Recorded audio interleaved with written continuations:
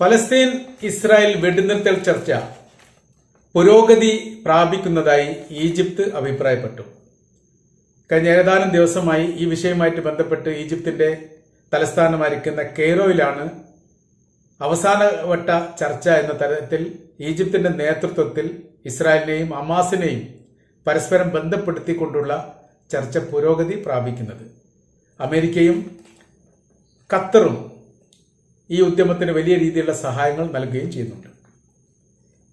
നിലവിലെ ഗസയിലെ സ്ഥിതിവിശേഷം എന്ന് പറയുന്നത് പരസ്പരം പോരാട്ടങ്ങൾ നടന്നുകൊണ്ടിരിക്കുന്നു എന്ന് മാത്രമല്ല, വലിയ രീതിയിലുള്ള നാശനഷ്ടങ്ങൾ രണ്ട് ഭാഗത്തുനിന്ന് ഇരുപക്ഷം എന്ന് തന്നെ പരാമർശിക്കുന്നുണ്ട് ഉണ്ടായിക്കൊണ്ടിരിക്കുന്നു എന്നുള്ളതും, അതിനോടനുബന്ധിച്ച് ഇസ്രായേൽ ഇപ്പോൾ ഉരുണ്ടുകൊണ്ടിരിക്കുന്ന വിഷയം എന്ന് പറയുന്നത് ബന്ദിമോചനവുമായി ബന്ധപ്പെട്ട വിഷയത്തിന് യാതൊരു തരത്തിലും വിട്ടുവീഴ്ച ചെയ്യാത്ത അല്ലെങ്കിൽ വിട്ടുവീഴ്ച ഇല്ലാത്ത രീതിയിലുള്ള മനോഭാവം ഇസ്രായേലിയർക്ക് അല്ലെങ്കിൽ ജൂത വിശ്വാസികൾക്ക് ഇപ്പോൾ സജീവമായിട്ട് ഉണ്ടായിരിക്കുന്നു എന്നുള്ളതാണ്. യുദ്ധവുമായിട്ട് ബന്ധപ്പെട്ട് ഇസ്രായേൽ അനുഭവിക്കുന്ന ഏറ്റവും വലിയ പ്രയാസം എന്ന് പറഞ്ഞാൽ ബന്ദിമോചനവുമായി ബന്ധപ്പെട്ട വിഷയമാണ്. ഈ കാര്യത്തിലും ഏറെക്കുറെ ഹമാസ് സഹകരിക്കാം എന്ന് ഏറ്റിരിക്കുന്നു എന്നുള്ളതാണ്. അതിനവർ മുന്നോട്ട് വെക്കുന്ന 2-3 കാര്യങ്ങളുണ്ട്.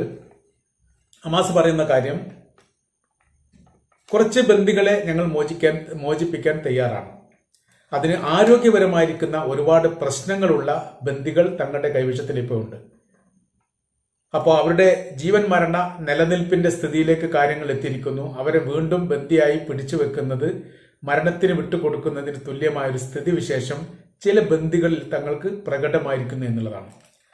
അതിൽ 4 അമേരിക്കൻ പൗരന്മാർ എന്ന് പറഞ്ഞാൽ ഇരട്ട പൗരത്വമുള്ളവർ, ഇസ്രായേലിന്റെയും അമേരിക്കയുടെയും പൗരത്വമുള്ള 4 പേരെ ഈ മോചന ലിസ്റ്റിൽ പെടുത്തിക്കൊണ്ടാണ് ഹമാസിന്റെ ആളുകൾ ഈജിപ്തിനോട് ഈ വിഷയം വിവരം പറയുന്നത്.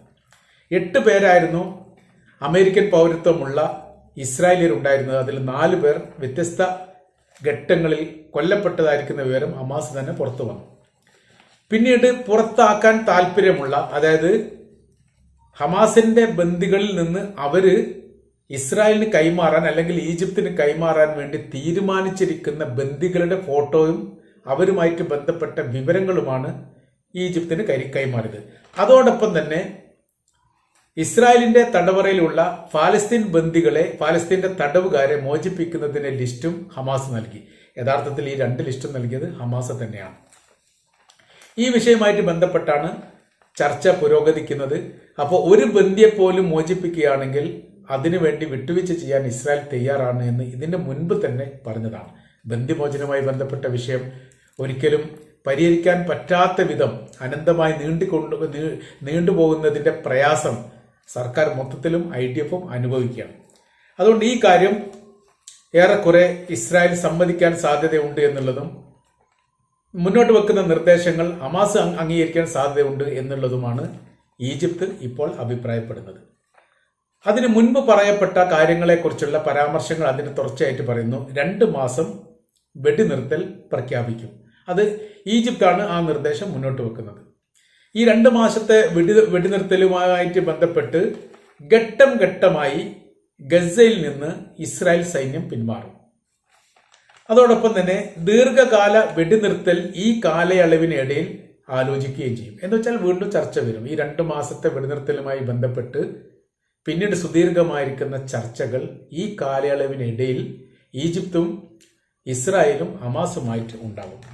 പരിവർത്തന കാലയളവ് ഹമാസ് കൃത്യമായ രീതിയിൽ പരിശോധിക്കുകയും വിഷയപ്രശ്നങ്ങളില്ലെങ്കിൽ വിട്ടുവീഴ്ചക്ക് ഏറെക്കുറെ ഹമാസിന്റെ ഭാഗം തയ്യാറാകാൻ സാധ്യതയുണ്ട് എന്നുള്ള വിവരം പുറത്തുവരും.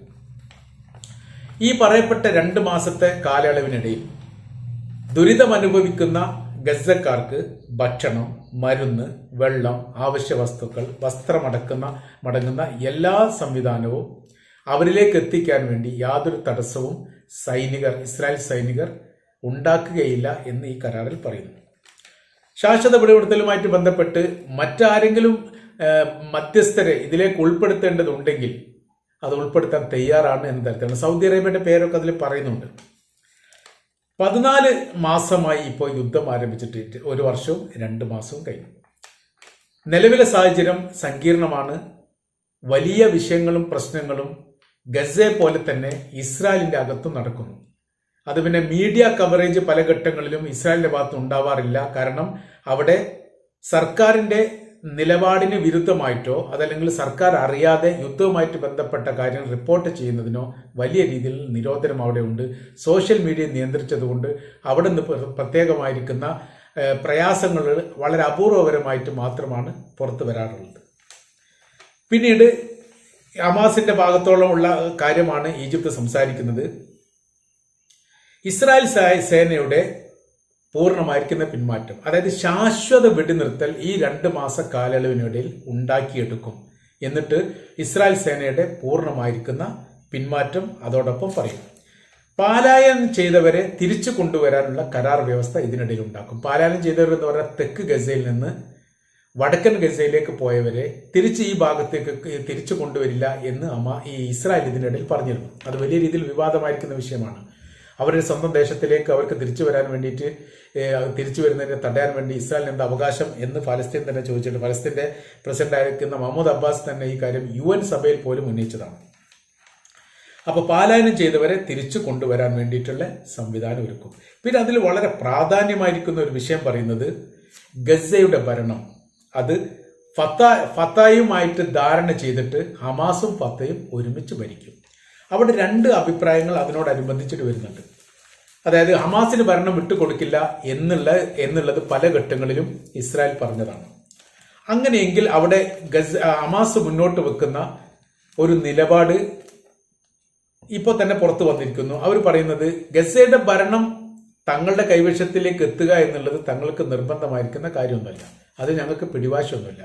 പക്ഷേ ഇസ്രായേലിനെ പ്രതിരോധിക്കുക എന്നുള്ളത് ഞങ്ങളുടെ അവകാശമാണ്, തങ്ങൾ അത് ചെയ്തുകൊണ്ടേയിരിക്കും എന്നുള്ള ഒരു വാക്കും പറഞ്ഞിട്ടുണ്ട്. ഏകദേശം 2 ഒന്നാണെന്നുള്ളതാണ് കൃത്യം. അപ്പൊ ഗസയുടെ ഭരണത്തിൽ ഹമാസ് ഇല്ലെങ്കിലും പോരാട്ടവുമായിട്ട് ബന്ധപ്പെട്ട വിഷയത്തിൽ ഗസ അല്ലെങ്കിൽ ഹമാസിന്റെ പോരാളികൾ ഉണ്ടാവും എന്നാണ് ഈ പറഞ്ഞതിന്റെ അർത്ഥം. ഫത്തയുമായിട്ട് ധാരണ എന്ന് പറയുന്ന സമയത്ത് ഇപ്പോൾ പലസ്തീൻ അതോറിറ്റി ആണ് ഫത്ത എന്ന് പറയുന്ന ഈ പ്രദേശം ഭരിക്കുക. അതായത് വെസ്റ്റ് ബാങ്കുമായിട്ട് ബന്ധപ്പെട്ട പ്രദേശം മഹ്മൂദ് അബ്ബാസിന്റെ കീഴിൽ ഭരിക്കുന്ന രാഷ്ട്രീയ പാർട്ടിയുടെ പേരാണ് ഫത്ത. ആ ഫത്തയുമായിട്ട് ഹമാസ് ധാരണയിലെത്തിയിരിക്കുന്നു. കാരണം വല്ലാത്ത രീതിയിൽ സങ്കീർണമായിരിക്കുന്ന ഒരു വിഷയത്തിൽ വാശിയുടെയും പ്രശ്നത്തിന്റെയും കാര്യമൊന്നുമില്ല. മുൻപ് തന്നെ പലസ്തീന്റെ പ്രധാനമന്ത്രിയായിട്ട് ഹമാസിന്റെ നേതാവ് ഇസ്മായിൽ ഹനിയെ നിയമിച്ചിരുന്നു. പിന്നീട് അമേരിക്ക ഇടപെട്ട് ഇസ്രായേലും ഇടപെട്ട് വലിയ സങ്കീർണമായിരിക്കുന്ന വിഷയങ്ങളും പ്രശ്നങ്ങളും ഉണ്ടായതിനു ശേഷമാണ് അദ്ദേഹത്തെ ആ സ്ഥാനത്ത് നിന്ന് മാറ്റാൻ വേണ്ടിയിട്ട് തീരുമാനിച്ചത്. അത് ഇസ്രായേലിന്റെ സമ്മർദ്ദപ്രകാരം അമേരിക്കയുടെ വലിയ ഇടപെടലിനോടനുബന്ധിച്ചാണ് പ്രധാനമന്ത്രി സ്ഥാനത്ത് നിന്ന് കൊല്ലപ്പെട്ട ഹമാസിന്റെ നേതാവ് ഇസ്മായിൽ ഹനിയെ ഒഴിവാക്കാൻ വേണ്ടിയിട്ട് പ്രസിഡന്റ് ആയിരിക്കുന്ന മഹ്മൂദ് അബ്ബാസ് തീരുമാനിച്ചത്. അങ്ങനെ ആ സമയത്ത് തന്നെ വലിയ സങ്കീർണമായിരിക്കുന്ന വിഷയമായിട്ടാണ് കാര്യങ്ങൾ പോകുന്നത്. ഇപ്പോ ഏകദേശ ധാരണ ഇങ്ങനെയൊക്കെ ആയിട്ടുണ്ട്. അപ്പോൾ ഈ ധാരണയിൽ നിന്ന് പിന്മാറാൻ വേണ്ടിയിട്ട് ഇസ്രായേലിനും സാധിക്കില്ല. കാരണം ഇസ്രായേൽ കടുത്ത രീതിയിലുള്ള പ്രതിസന്ധിയാണ്. ഏതൊക്കെ രീതിയിൽ ആക്രമണം നടത്തുന്നുണ്ടെങ്കിലും അവർ തങ്ങൾ കീഴ്പ്പെടുത്തും എന്നൊക്കെ പറയുകയാണെങ്കിലും 1 വർഷം 2 മാസം കഴിഞ്ഞിട്ടും ബന്ദികളെ മോചിപ്പിക്കാൻ സാധിക്കാത്ത ഇത്ര വലിയ ലോക സൈനിക ശക്തിയുള്ള ഒരു രാജ്യം ലോകത്തോട് എന്ത് പറഞ്ഞാലും ലോകം അത് വിശ്വസിക്കില്ല എന്നുള്ളത് യാഥാർത്ഥ്യമാണ്. മാത്രമല്ല ലോകത്തിലെ വൻ ശക്തികളായിരിക്കുന്ന രാജ്യങ്ങൾ മുഴുവൻ ഇസ്രായേലിൽ പിന്തുണച്ചിട്ടുണ്ട്. ആയുധങ്ങൾ നൽകുന്നു, സാമ്പത്തികം നൽകുന്നു, എല്ലാവിധ തന്ത്രപരമായിരിക്കുന്ന നീക്കം നൽകുന്നു. യുദ്ധ കപ്പലുകൾ പോലും ഇസ്രായേലിന് വേണ്ടിയിട്ട് അമേരിക്ക തയ്യാറാക്കിയിട്ട് മെഡിറ്ററേനിയൻ കടലിലും ഇസ്രായേലിന്റെ അതിർത്തി പങ്കിടുന്ന പ്രദേശത്തും വിന്യസിച്ചിരിക്കുന്നു. ഒരു കാര്യം ഉണ്ടായിട്ടില്ല. ചെയ്യുന്ന പ്രവർത്തികൾ ഫലസ്തീന്റെ ഭാഗത്ത് ഇങ്ങോട്ട് ഇങ്ങനെ ചെയ്തുകൊണ്ടിരിക്കുന്നു. ഇവരെ കൊണ്ടാകുന്ന പോലെ അവർ അങ്ങോട്ട് ചെയ്യുന്നു. ഏതായാലും കടുത്ത മാനസിക പ്രയാസത്തിലേക്ക് ഇസ്രായേലിന്റെ സൈനികർ എത്തിയിരിക്കുന്ന വിവരം പല ഘട്ടങ്ങളിലും അന്താരാഷ്ട്ര മീഡിയകളൊക്കെ റിപ്പോർട്ട് ചെയ്തതാണ്. ഇതിനെ പ്രതിരോധിക്കാനൊന്നും വളരെ പെട്ടെന്നൊന്നും ഇസ്രായേലിന് സാധിക്കില്ല എന്നുള്ളത് യാഥാർത്ഥ്യമാണ്. ഏതായിരുന്നാലും ഇപ്പോഴത്തെ നിലവിലെ സാഹചര്യം എന്ന് പറയുന്നത് ബന്ദിമോചനം സങ്കീർണമായിരിക്കുന്ന ഒരു വിഷയമായിട്ട് നിലനിൽക്കുന്ന സമയത്ത് ഏതു തരത്തിലുള്ള വിട്ടുവീഴ്ചയ്ക്കും ഇസ്രായേൽ തയ്യാറാണെന്ന് ഏറെക്കുറെ ഉറപ്പാണ്. ഗസയുടെ ഭരണം ഇസ്രായേലിന് ഭരിക്കാൻ വേണ്ടി സാധിക്കില്ല എന്ന് അവർക്ക് ഏറെക്കുറെ ഉറപ്പായിരിക്കുന്നു. കാര്യം എന്ന് പറഞ്ഞാൽ ഒരു അറബ് രാജ്യവും ഒരു യൂറോപ്യൻ രാജ്യവും മറ്റുള്ള ഏതെങ്കിലും ആഫ്രിക്കൻ രാജ്യങ്ങളും ഒന്നും ഈ കാര്യത്തിനോട് സപ്പോർട്ട് ചെയ്യുന്നില്ല. മാത്രവുമല്ല അവരെ സംബന്ധിച്ചിടത്തോളം അവിടെ ഭരിക്കുക എന്ന് പറഞ്ഞാൽ എളുപ്പമുള്ള കാര്യമൊന്നുമല്ല. ഗസ എന്ന് പറഞ്ഞാൽ പ്രശ്ന സങ്കീർണമായിരിക്കുന്ന പ്രദേശമാണ്. 500ഓളം കിലോമീറ്റർ വൈദൂരത്തിലാണ് അവരുടെ അണ്ടർഗ്രൗണ്ട് ഈ ഹമാസ് നിർമ്മിച്ചു വെച്ചിരിക്കുന്നത്. അപ്പോൾ ഇതിന്റെ അകത്ത് ഏത് തരത്തിലാണ് ഭരിക്കപ്പെടുന്ന ഇസ്രായേലിന് നേരെ ആക്രമണം ഉണ്ടാവുക എന്ന് അവർക്ക് തന്നെ പറയാൻ വേണ്ടി പറ്റില്ല. അവർ ആ ദേശത്തിന്റെ സർവ്വ മേഖലയും കുഴിച്ചു നോക്കിയിട്ടും വലിയ രീതിയിലുള്ള പരിശോധനകൾ നടത്തിയിട്ടും അവരുണ്ടാക്കിയിരിക്കുന്ന ഗുഹയുടെ ആന്തരികപരമായിരിക്കുന്ന ഭാഗത്തിന്റെ പൂർണ്ണത ഇപ്പോഴും കിട്ടിയിട്ടില്ല ഇല്ല എന്നുള്ളത് യാഥാർത്ഥ്യമാണ്. അതുകൊണ്ടാണ് ബന്ദികളെ മോചിപ്പിക്കാൻ സാധിക്കാത്തത്. അപ്പോൾ അവരുണ്ടാക്കിയിരിക്കുന്ന തുരങ്കത്തിന്റെ അടിയിൽ ഇപ്പോഴും ബന്ദികൾ ഉണ്ട് എന്നുള്ളതും അവർ സുരക്ഷിതരമാണ് എന്നുള്ളതും യഥാർത്ഥത്തിൽ ഇസ്രായേലിന് തന്നെ അറിയാം. അതുകൊണ്ടാണ് ഇസ്രായേൽ ജനങ്ങൾ പല ഘട്ടങ്ങളിലും ഹമാസിന്റെ കൈവശത്തിൽ ജീവനോടെയുള്ള ബന്ദികളെ മോചിപ്പിക്കാൻ വേണ്ടിയിട്ട് വലിയ ശ്രമങ്ങൾ ഇസ്രായേൽ നടത്തുന്നില്ല എന്നുള്ളതും അവർ ഈ കാര്യത്തിൽ മൗനം പാലിക്കുകയാണ് എന്നുള്ളതും പല ഘട്ടങ്ങളിലും അവരിങ്ങനെ ആവർത്തിച്ചു കൊണ്ടേയിരിക്കുന്നത്. ആ ഒരു പ്രതിസന്ധിയെ മറികടക്കാൻ ഇതല്ലാത്ത മറ്റൊരു പോംവഴിയില്ല എന്നുള്ളിടത്തേക്ക് യഥാർത്ഥത്തിൽ ഇസ്രായേൽ സർക്കാർ എത്തിയിരിക്കുകയാണ്. അതുകൊണ്ട് ഈ ഒരു ബന്ദിമോചനവുമായി ബന്ധപ്പെട്ട അല്ലെങ്കിൽ വെടിനിർത്തലുമായിട്ട് ബന്ധപ്പെട്ട ചർച്ചകൾ ഏറെക്കുറെ പൂർണ്ണമാകും എന്ന് തന്നെയാണ് നമ്മൾക്ക് മനസ്സിലാക്കാൻ വേണ്ടിയിട്ട് സാധിക്കുന്നത്.